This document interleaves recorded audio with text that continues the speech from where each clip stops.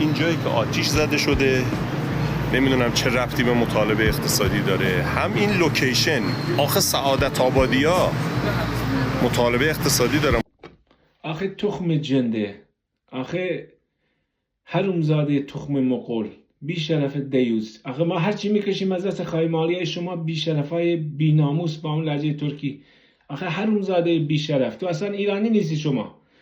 من مطالبه به حق مردم رو آوردی اینجا تمسخر میکنی. ما 23,000 24,000 بیشتر از این شهید دادیم. یه خایمال مزدور مادر به خطا که سر خواهر و مادر خودتو میگیری برای اون رژیم که یک لقمه نون مثل سگ بندازه جلوی تو، از خون مردم میخوای بخوری؟ به تو چه مادر قبه، برو تو همون آذربایجان. چیکار دارین تو ایران شما؟ من مادر به خطای دیوز مسجد میکنی شما، تو اون مسجد لواط میکنید. مسجد چی؟ تو ایمان به مسجد داری؟ قیافه خودت دیدی؟ شبیه شیطان هستی. حروم زاده. 23,000 از پاکترین انسانهای ایران، شجاعترین، با غیرتترین، با وجودترین، همشون ورزشکار بودن. اومدن تظاهرات میکنن، شاکی هستن از این حکومت داری. یا آذریه یک دست اومده پدر ملت در آورده، مردم نون نیست بخوره. تو کشوری که میتونه تمام اروپا رو خرج بده، نفت و گاز و منابع طبیعی کشور من داره. کی داره تو دنیا؟ بی ارزشترین پاسپورت دنیا رو داریم، بی اعتبارترین پول دنیا رو داریم. هر کجا میریم به خاطر اینکه شما حکومت داری میکنی ما رو مسخره میکنن.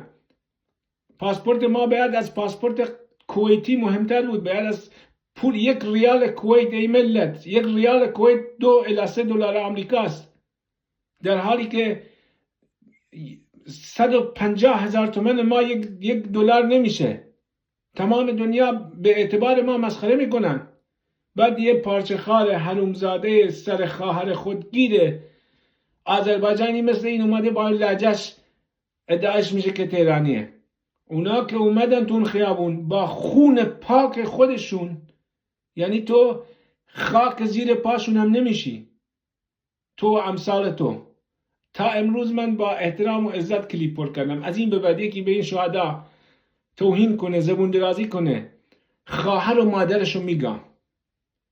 و از این به بعدم خدا رو شاهد میگیرم، به اون خدایی که منو آفریده، جون خودم رو در این راه خواهم داد. به خدا سراغ دونه بدون شما مزدورا میام، تو اروپا باشید، تو هر کجا باشید. خواهر و مادر اون اروپا و آمریکا رو هم گاییدم که از تروریست دفاع کنه، از رژیم آخوندی دفاع کنه. چرا باید مثلا یکی مثل داعش رو بیاد حمله کنه، نابود کنه، ولی یکی مثل خامنه آذربایجان یک دست بیاد حکومت کنه اینجوری جوانای ما رو بکشه؟ داعش به اندازه شما قتل نکرد، جنایت نکرد. تازه شما هموطن خودمون رو کشید. شما رو که هموطن نمیدونم، یکی مثل تو رو.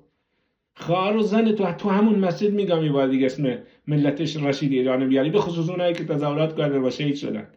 نمیذارم خون یک دونشون پایمال بشه. زن تک به تک تو میگم اگه به اون شهیدا توهین کنید.